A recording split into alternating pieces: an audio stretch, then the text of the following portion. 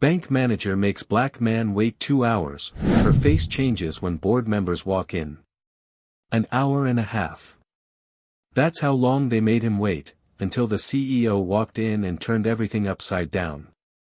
The glass doors of Highland Crest Bank whispered open, letting out a wave of chilled air mixed with the scent of coffee and polished leather. Dorian Bennett stepped through, straightening his blazer. He wasn't nervous, he'd built empires from scratch. He just expected professionalism. His meeting was set for 11 sharp. The lobby gleamed, marble floors, gold accents, quiet luxury. Behind the counter, a woman with a neat bun looked up. Her badge read Melissa. "Welcome to Highland Crest Bank," she said. "Do you have an appointment?"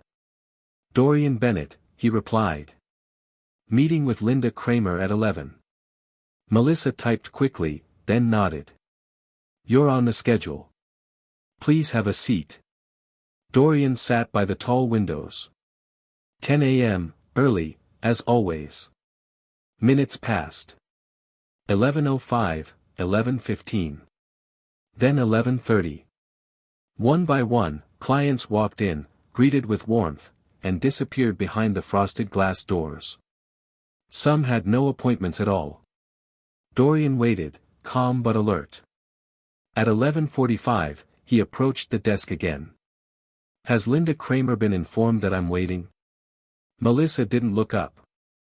"She's aware. She's finishing with another client."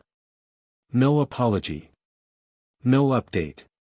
Just indifference. Moments later, a woman in a navy dress breezed in. Instantly, Melissa's tone changed, smiling, respectful. "Good morning, Mrs. Lancaster." Within seconds, the woman was led inside, no waiting. Dorian watched quietly. It wasn't about time anymore, it was about perception. He asked, "Do appointments matter here, or just last names?" Melissa's smile faded. "She'll be with you soon." That word again. Soon. By noon, he'd been there over an hour. Everyone else had been seen. He alone was still waiting. From across the room, he heard a teller laugh. "She doesn't even need an appointment. You know how it is, Mrs. Lancaster always gets exceptions." Dorian's hand tightened on his briefcase. Enough. He stood, calmly, and walked straight past the counter. "Sir," Melissa started, but he kept going. Through the frosted doors, he found Linda Kramer at her desk, alone, not in a meeting. She looked up, startled. "Mr. Bennett, you should have waited to be called." "I did wait," he said evenly. She forced a smile. "Apologies, we've been busy." "Busy?" Dorian asked. "Because I watched 6 people go in before me, some without appointments." "There must have been a miscommunication," she muttered. He stayed silent. She shifted uncomfortably. Trying to move on, she opened a folder. "Let's discuss your loan application.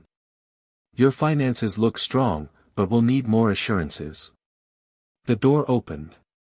3 suited men entered, executives. And leading them was Richard Langford, CEO of the bank. "Dorian."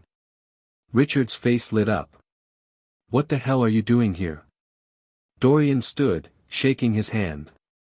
"Hey, Richard. Been a while." Richard smiled, then looked at Linda. "How long has Dorian been waiting?" Silence. Dorian finally said, "About an hour and a half." Richard's smile vanished.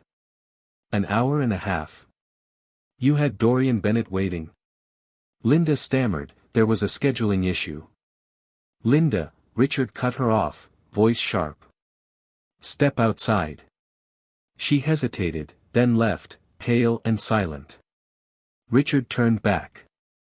"This isn't how we do things here." "Seems like it is," Dorian replied quietly. Richard sighed. "Tell me what happened." Dorian explained everything, Melissa's attitude, Linda's indifference, the waiting. Richard listened, face tight. The executive stood still, uneasy. When Dorian finished, Richard shook his head. This kind of behavior ruins reputations. We've built this bank on respect, and now I have to fix it. He turned to one of the men. Remove Linda from the floor. I'll deal with her later. The man nodded and left. Then Richard opened Dorian's loan file. He barely flipped 2 pages before saying, "This should have been approved immediately. Fast track it. I want it signed today." Dorian raised an eyebrow. Just like that? Richard met his eyes. You should have had it 2 hours ago. I'm correcting the mistake. Dorian smiled faintly. He understood, this wasn't kindness. It was damage control. I'll accept the approval, he said, standing, but fixing it for me doesn't fix the real issue. Richard nodded slowly. You're right. And it will be addressed. As Dorian walked out, Melissa avoided his eyes. The confidence she'd worn earlier was gone. Outside, the summer air hit him like a wave. The building gleamed, perfect from the outside. But Dorian knew better. The cracks were there now, hidden beneath the shine. This wasn't just about a loan. It was about something deeper, about respect, equality, and the invisible hierarchies that decide who matters. But not today.